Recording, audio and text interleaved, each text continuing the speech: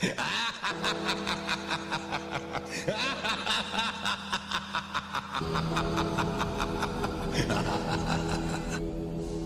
soul is mine.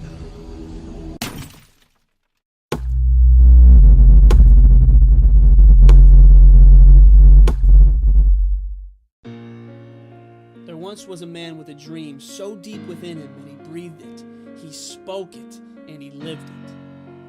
And one day a blindfold was placed over his eyes and he was led to a massive tree.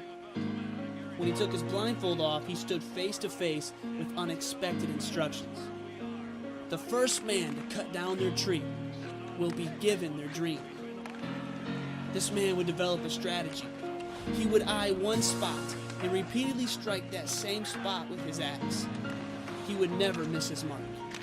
He would be meticulous, and little by little, chunks came out and progress was made. But as time went on, his hands became bloody. They were split open, blistered. He was in pain, he was tired. But in the distance, he could hear that his competitor was still swinging. He looked at the damage of his own tree, and it seemed to be so little, but the sounds of his competitor seemed as motivated as ever. He would rest, and he could hear his competitor's axe swinging. When he stopped to sharpen his axe, his competitor was swinging.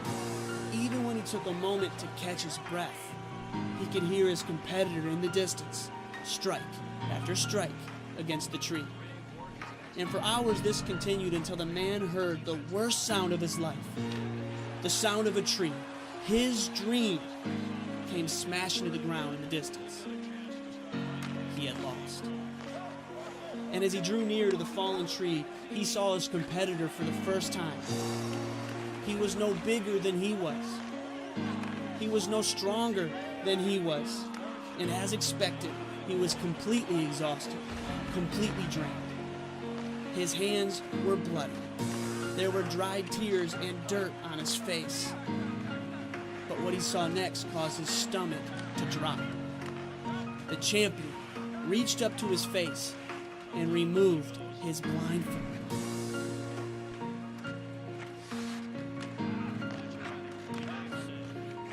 The man was stunned. He demanded that the champion explain himself. Why are you wearing a blindfold? And the champion began to explain that the more he saw his results, the more he would lose hope. But when he put the blindfold back on, when he could no longer see the chunks, the chips, and the dents he made, his faith only grew stronger. Every swing, he just knew he had to be getting closer. And when his body wanted to stop, he couldn't stop because his gut told him that the tree was going to fall at any moment. Listen, don't get this wrong. You've heard it said that you need to want to succeed as badly as you need to breathe, and that is amazing imagery. But as the man learned when chopping away at the tree, the secret to success isn't just who wants it more. Don't be fooled. Success is not just taking it one step at a time. It is not just brick by brick.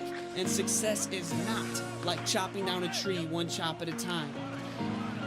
It's doing it blindfolded. Listen, you don't always have the luxury to see results. You don't always have the opportunity to see the dents, the chips, and the chunks coming out of your tree. So often, all you can do is swing and hope and believe. If you want to succeed, then you must choose to be blind. You need to understand this. Choosing to be blind is a decision to not have to see, to not even desire to see, and to be able to completely ignore the results while you're in the fight. That is faith. It's making a choice to become blind. It's a choice to remain in the darkness, to be comfortable with the unknown and focus on the process. A person with sight might become afraid of the dark. A person with sight might grow discouraged when dark times come, but a blind man never wavers when darkness comes upon him.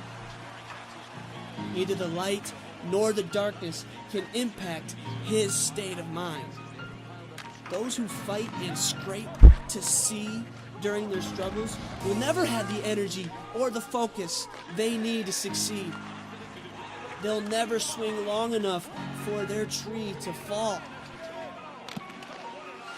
Any person who can see with their eyes. But the great ones forfeit their eyes and see with their mind. The great ones make the choice.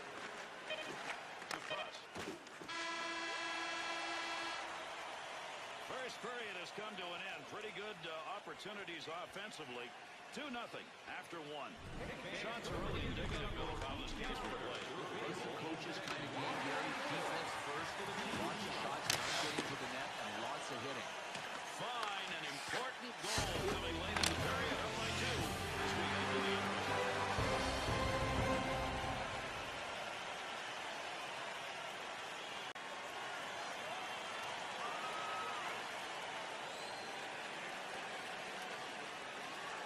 Weaver's injury came earlier, Bill, and I guess that's it. I guess serious enough that he won't come back. Maybe it's precautionary, but we won't see him again in this game. Second period starts. Two Georges. Brisker. Save.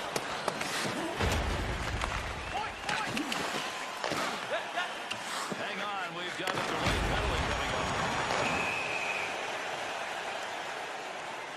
The Canadiens will send one to the bin, 2 for tripping.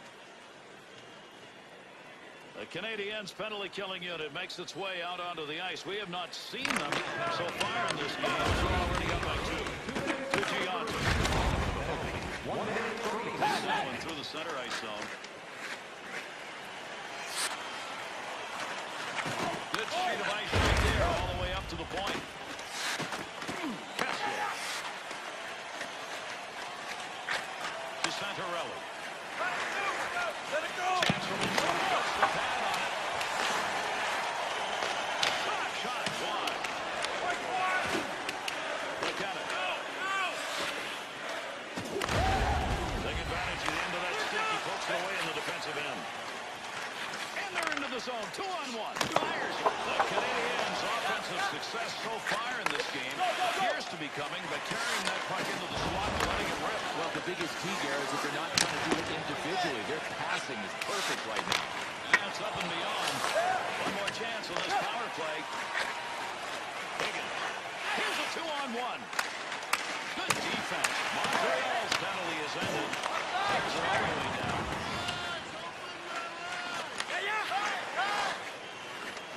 To Santorelli.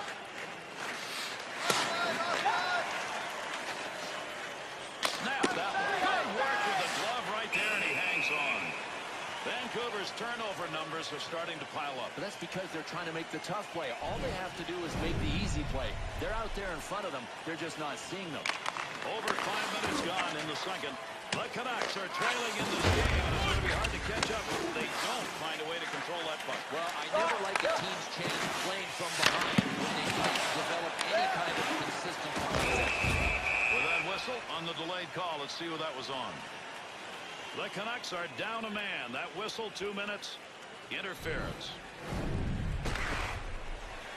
Well, this is going to be called interference, Gary, and I'm not sure there was any interference there. This is a sketchy call right here. Shot blocked.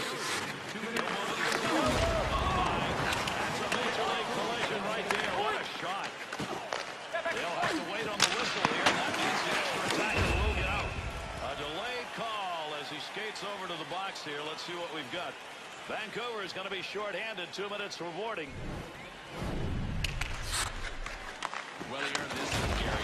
Clearly from behind. I mean, all he could see was numbers before the hit. Vancouver's looking up and finding they've got a job in front of them. This two-man advantage now has got a lot of time left on it. That's how you make a glove save. Got that one covered. That'll get a whistle and a face-off. Wow, what a slap shot that was. You want to get some mustard on the puck. Did he ever do it? And still the save is made. How about the save by this goaltender? Reflexes, check mark. Glove, check mark. Save, you bet. Check it off, too. Briere. To Placana. To Gianto. One time out. Takes a shot.